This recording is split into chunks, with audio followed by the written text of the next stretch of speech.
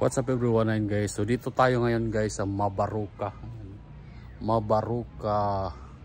Beach Resorts. And guys, so napakaganda dito at simple lang at pasukin po natin dito sa loob. Ayan.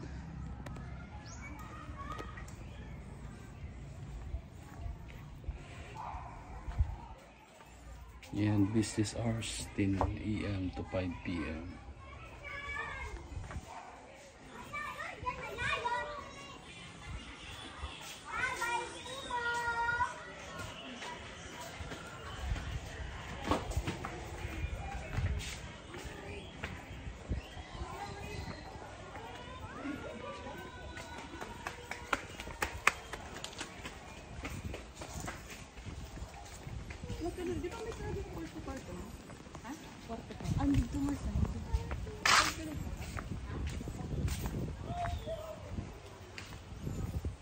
Swimming pool.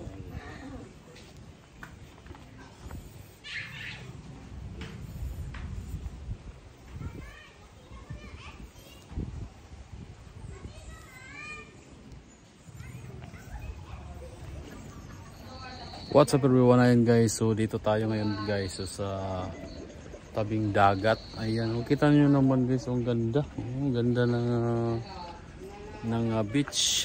Ayan. Ganda rito. Oh.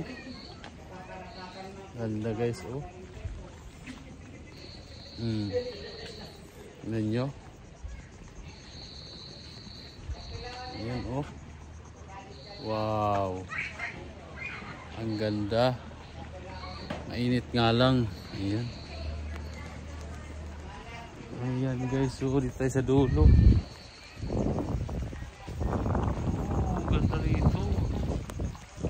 Sarap maligo, oh. Ayan, oh, dagat, oh. Beach. Wow.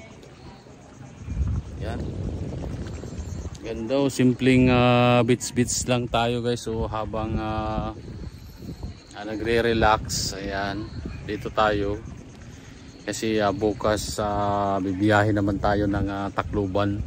So ngayon dito kami sa beach, so nag-relax dahil bukas magro-road trip na naman po kami. Ayan guys, ang ganda ng ano yan, mga palaisdaan, oh. Kita nyo naman, oh. Ano bang mintong kunting kobo dyan, oh. Pero ang ganda ng view guys, so kung mapapansin natin, oh. Wow. Oh. Diba? Ganda. Oh. Wow.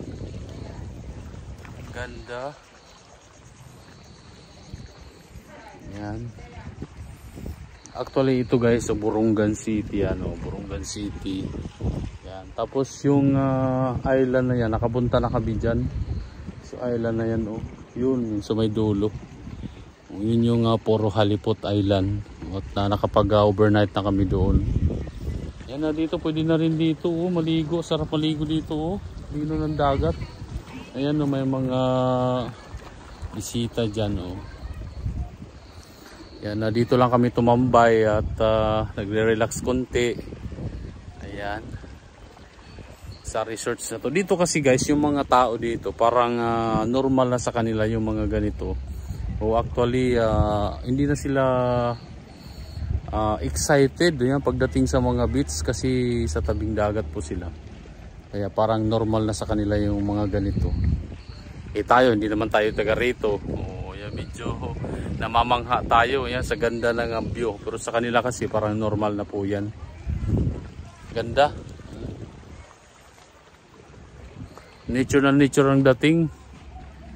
Ayan. Ayan, thank you so much everyone.